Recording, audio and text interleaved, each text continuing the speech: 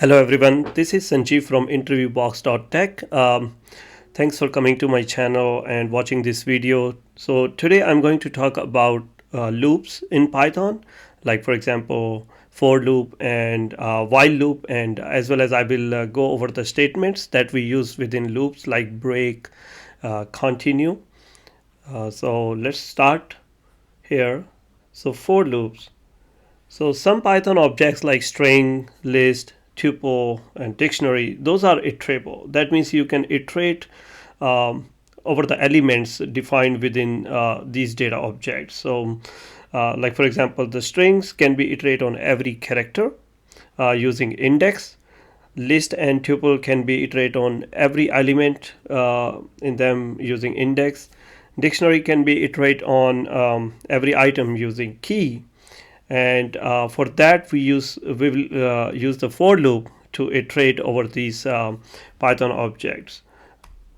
So here I'm going to talk about like what's the syntax. So syntax, like for example, you see here I have defined a list, my list, and 2, 5, 8, 10. Those are 4 items in the list. So the syntax is like you start the for loop with the for keyword and you say like my each item. So for each item in my list, that is your list, print each item. So what each item is basically like a placeholder for your each and every item within the list. So it will, for example, if you put number there, so it will say like 4, 2 in my list, print 2, 4, 5 in my list, print 5, 4, 8 in my list, print 8. So as you see in the output, it's printing all the 4 elements, 2, 5, 8, and 10. So that's how it works. So let's go back to the PyCharm editor and execute some of the commands for the for loop.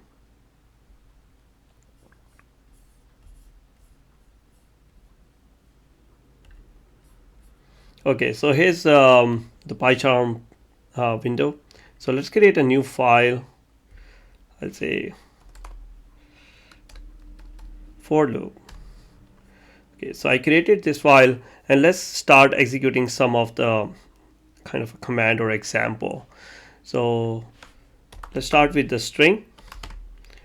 So for example, I say name John, and you say for letter in name. That means you're trying to print each and every letter in the given string, that is a name. Print letter. Okay, so if you try to execute, you will see it's printing like each and every letter. So as you see in the output, it prints J, then O, H, and N. So that's how it go over each and every letter. And here this letter is like a placeholder, so you can use anything you want. Like for example, you can say, you know, each character, and then just use that here, and the output will be the same. So bottom line that you can use any word here. It's just a placeholder. Let's go to the next example. Like for example, if you have a string with more than one word, and let's say weather, and I will say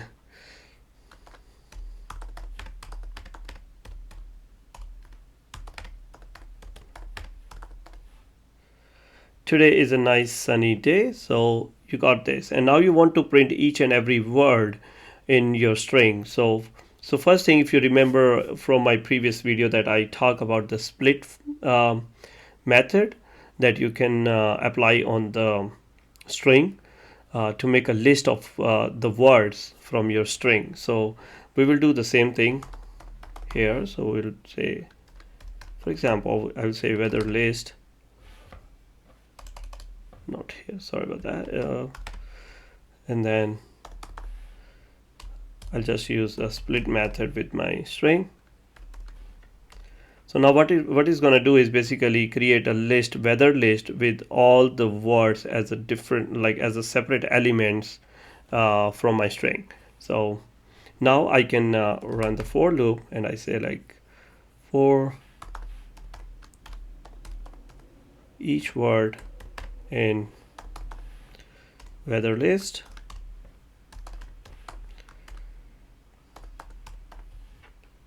print each word. I will comment it out, this code here. Okay, so now when we'll run this, it's going to print each and every word from the string. So as you see here in the output, it print like today is a nice sunny day. So that's how you can print like each and every word from your given string by using the split method, convert into the list of words, and then print that each word. So this was for the string. Let's talk about the list. So for example, you have a given list.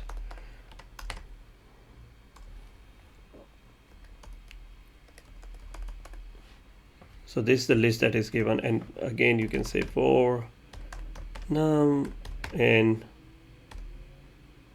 my list, print num. So now you are going over each and every element in the list and then printing it. Just keep continue adding this so that in the output we don't see the previous functionality output there, so it will be more clear. So now let's run this one, and you see it print 1 2 3 4 5.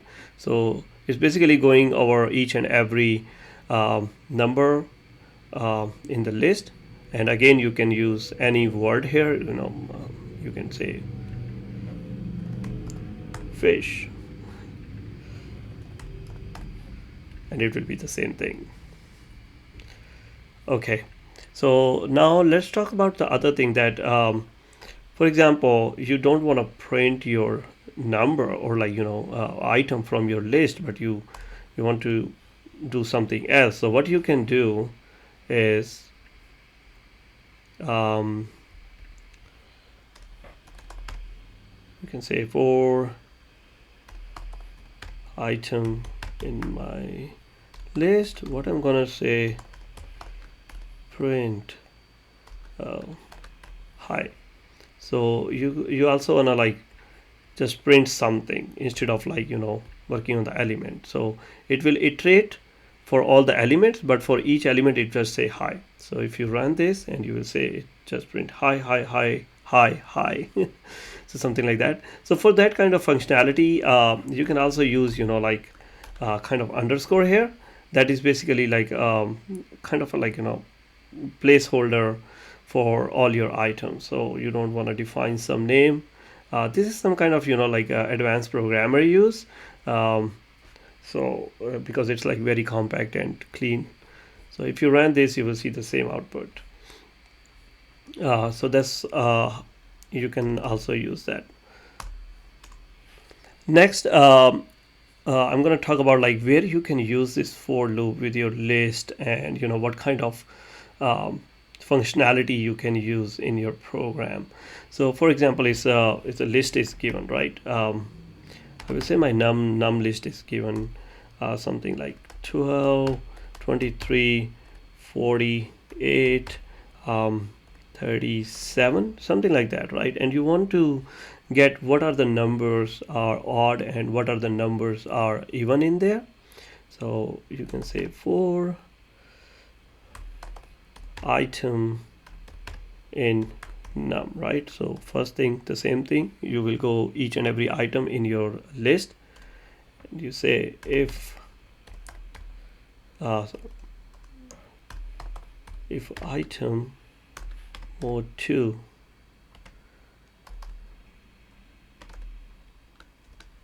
So if you remember, I have talked about this mod as a modulus operator in my previous videos.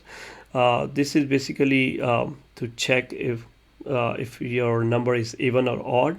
So if you are dividing your number with 2, and in the remainder you will check if the remainder is 0, that means your number is even. If the remainder is 1, that means your number is odd. So here I'm checking, for example, checking for the 1. So that is basically checking for the odd number. So I will say print, and you can use the dot format method for that.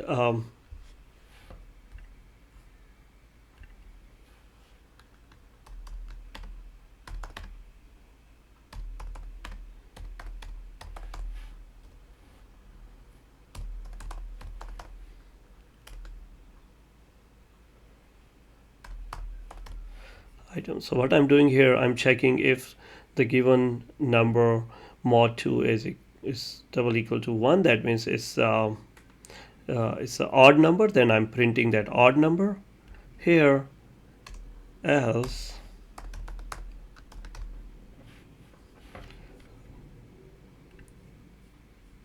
let me just copy paste here.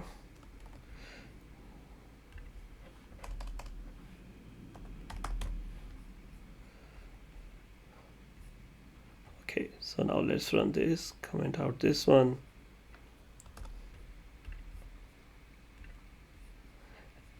And you see here, so it says 12 is even number, 23 is odd number, 48 is even, 37 is odd number. So that's how you can check, like go over each and every item in your list and add some more functionality based on your requirement, and then you can define your logic, like how you want to get the output. So that's the one thing. I also want to go over like one more example. Let's go here. I will just make it and use my list here, for example, just to make it more simple. So the example that I want to talk about, like, if the list is given and you want to get the product of all the items in your list. So here's the list given, and then you can define like a variable, and you say my given product is 1, and then you say for for num in my list. So for each element in your list, so what you're gonna do is you're gonna take the product with your current number and put into the product variable. So that's how it will continue doing the product, and at the end you can just print your final product value. So like this. So let me run this, and so we should see 24. As you see, the output is 24. You can also use this, like you don't have to write this whole thing. If you want to write like in a compact form, you can say like this. This is the same, like it's very compact form to write that. So that's the example. If you want to go over like iterating all the elements in your list and try to do some logic or some functionality, try to do some operation on the element in your list. So next I'm going to talk about the tuples and tuple unpacking. So for example, you have some kind of list, right, where list is not just like an integer or like like a single element, but it's like coming as a tuple. So that's how you will execute the individual value in the tuple. That is called basically the tuple unpacking. So let's write this. For example, I create one list, info list, where I have a person name defined with the person age. So for example, if I have John, and I will say John is 53 years old. I will have another, like for example, Mike. We have to create as a tuple. So Mike is, for example, 47. Then the next is like weight. Weight is 34. So for example, we got this list, right? And you see it's a list of tuple. So now if you want to go over this, you say like for, if you say for item in info list and you print item. So what it's going to do is basically going to print the tuple for you. So let's comment it out this and run this. So as you see, it's printing out tuple, right, the whole thing together. But what if you just want to get, like, for example, your name to print, and you don't worry about the age here? So that is called the tuple unpacking. So for that, what you can do is create two variables here. You can say name and age in info underscore list, and you say print name. Then you will only get the name here. So let's run this, and you see it give you only the name, like John, Mike, and Wade. And the next line, you can say print age, and you run this, and now you get this. So you will get John 53, Mike 47, Wade 34. So this whole that's how you can basically do the tuple unpacking.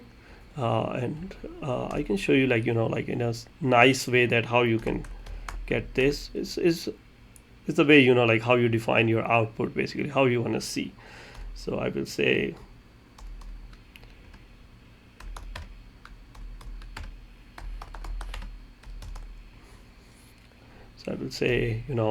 for example, I want to say John is 53 years old, something like that. And then you can use the format, and here you will pass your variable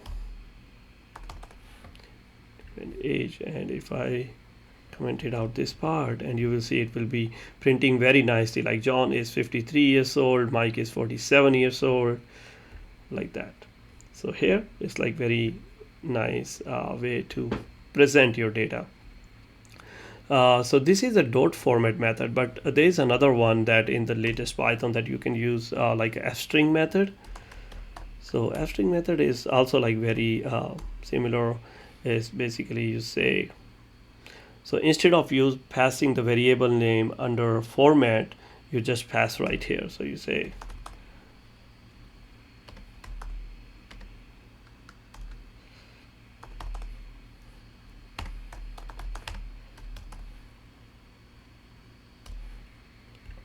so you just pass the variable name within the curly braces itself. So that's how the f string works. So if I commented out this, you will see the same output right here. So John is 53 years old. So yeah, so you can use either of the method, like either the dot format method or this this one is called the f string method. So you can also use this one, so you will get the same output. Okay, so next I'm going to talk about the iterating the element or the item in dictionary. So let's talk about that. So let me first create like a dictionary. So I will say my dictionary is so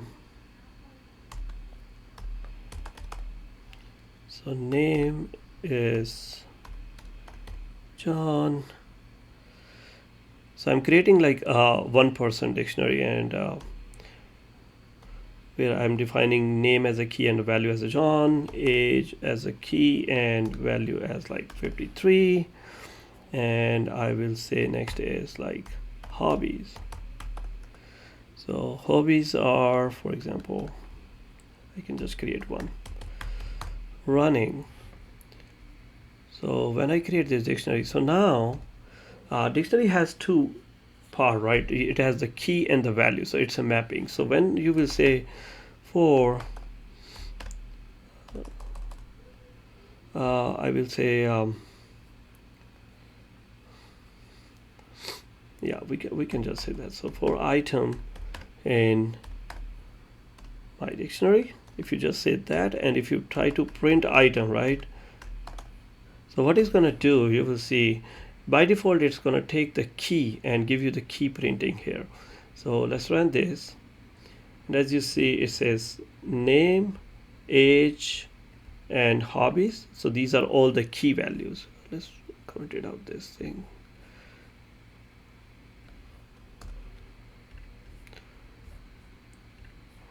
Yeah, so you will see all the three keys. So by default, when you run the for loop and you basically iterate over the dictionary, you get the key item.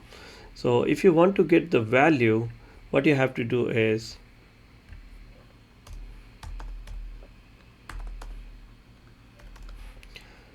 you have to define like values. So now if you run this, you will see it give you the values. So now John is the value, 53 and running. So this is like individual, you get the key or the value. But if you want to get the whole thing, like the name John is 53, what you're gonna do is use items. So this item will give you the complete data, but it will give you in a tuple form. So for example, now you say for item in my dictionary dot items, print items. So you will see it will give you the tuple. So name John is 53, hobbies running. So now we can use the same logic that I defined here to do the tuple unpacking. So for that,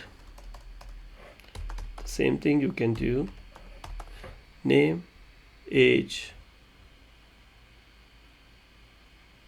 or not name and age. Name and age is like just so let's say key value for each of your dictionary item. So here you say print key and print value. So when you will run this, you will see it will say name John, age 53, hobbies running. So like that. And again, you can write this in a nice format using like either format method or like f-string method. So that's so far we have covered like how you can iterate our string with a single word. You can iterate string with a multiple words. You can iterate our list with the given like for example integer element. You can also do some logic and do some functionality within your given list. For example, if you want to just get even or odd number out, you want to do the product of all the numbers, and then tuples and tuple unpacking, and how you can iterate over the dictionary. So these are all we cover with the for loop. So now let's talk about the while loop.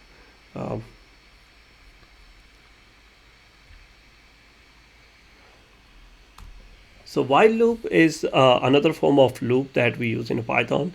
So it's basically continue executing block of code until the given condition become false. So if your condition is true, the loop will continue executing, and when it will become false, then it will come out of the loop. For example, I can say like why my Tesla car charging is about 20%. Keep driving my Tesla car. So for example, right now my car charging is 50%, so I will keep driving and the charging will go down, and when it will reach like for example below 20, like 19%, and then it will just come out of that. So I want like my Tesla car to be stop driving. So that's how the while loop define. So here's the syntax of the while loop. So for example, you define some condition, you say index is 1, and in the while loop you are keep checking your condition, and until it becomes false, it will keep running.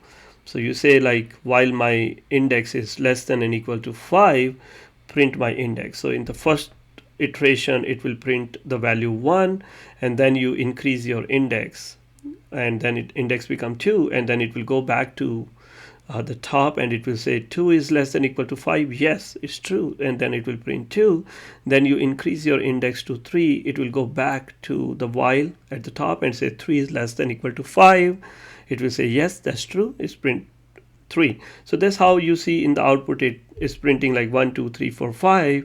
But after the 5, when you increase your index value to with 1, then index becomes 6. It go back to the while at the top, and it will say like 6 is less than equal to 5. No, that's false. So then it just come out of the while loop. So that's how the looping works in the while. So we will go to the PyCharm and execute some command. Let's go there.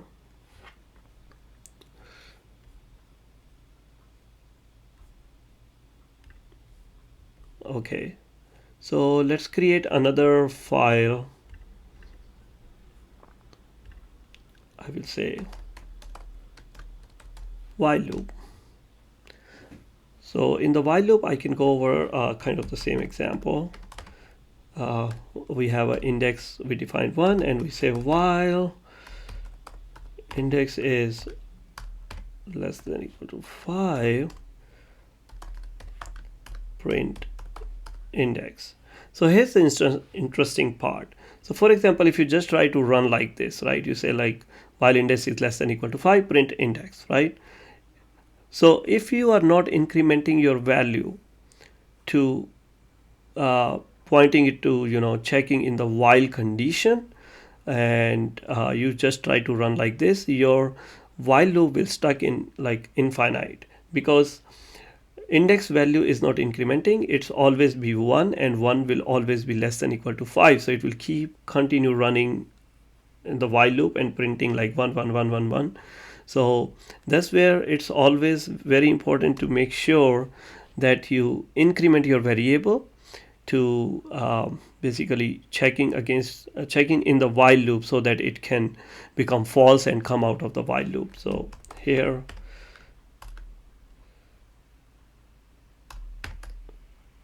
so this is like compact form that I talk during the for loop presentation.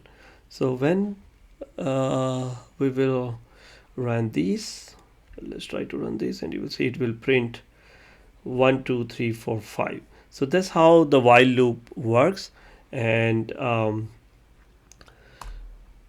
next I am going to talk about the 3 statements that you can use within your loop, like so those are, let me go over to the presentation that I have. So 3 statements are break, continue, and pass statements.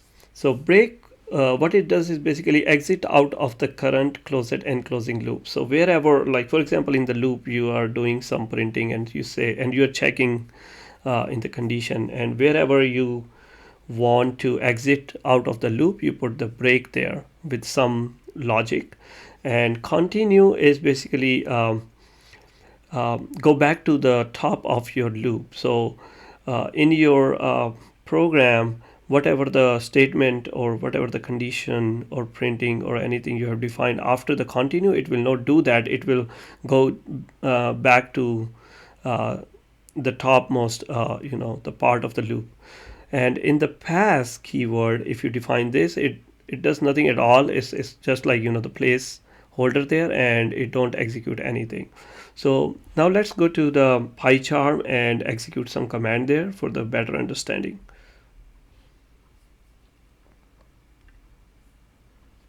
So here, let's first talk about the pass statement. So for example, I'll create like a loop here. Before that, I'll create a list, like for example 1 2 3 4 5. Okay, and now I said for item in my list, right? Let's comment out this part. Okay, so you said this. So here you start writing loop, but then you were not sure, like what you want to achieve here. For example, the logic you are still defining, and you say like, okay, I just put a hold here, and I will think about it and then write. So if you try to like will come back later, right? Because you haven't defined like what you want to do. So if you try to execute this in your program or in your project, you will see it will report you some error. So it say like indentation error. It says expected an indented block. So whenever you are using this colon and it becomes an indented block, sorry about that. So it's expecting something to come here. So you cannot just leave it blank here. So for that one, we use the pass keyword. So what it will do is basically kind of a placeholder, so that you don't get like any error in your program, but it will not execute anything. So for example, if you try to run this, you see it doesn't give you anything, but your program will not break. And the later you come and you can do whatever you want to do. So like for example, now you can remove this and you say print item, right? So when you will run this, it will print your item 1 2 3 4 5. So that's great. So next I'm going to talk about so let's create a new part here, continue. So in the continue, what it's going to do is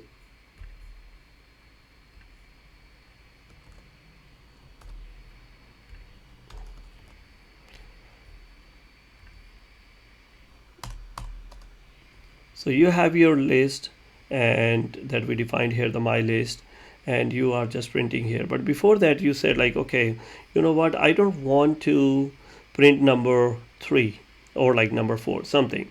And you say like, okay, if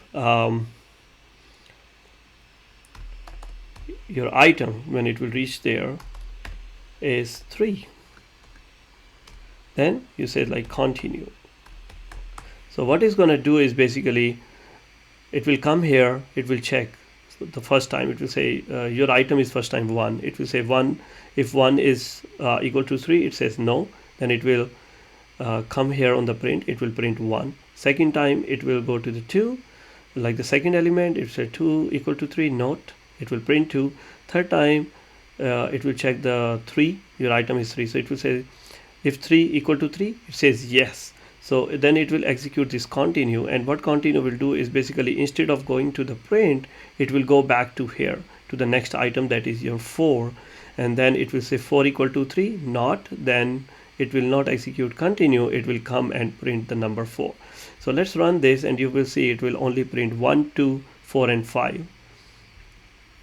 So here, so you see the output is 1 2 4 and 5. So that's how you can basically skip some part based on the logic that you defined. And you can also use a break statement here as well. So let's talk about how you use the break statement in your program.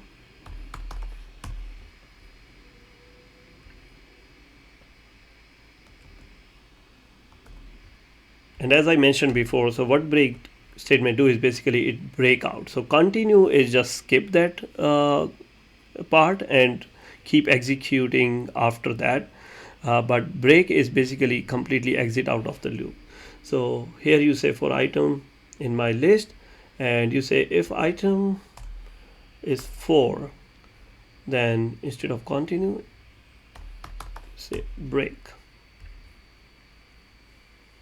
Otherwise just keep printing items. So what it's going to do is when the item will become like when it will find the number 4, it will just break out. So after that it will not execute that loop, so it will not print 5.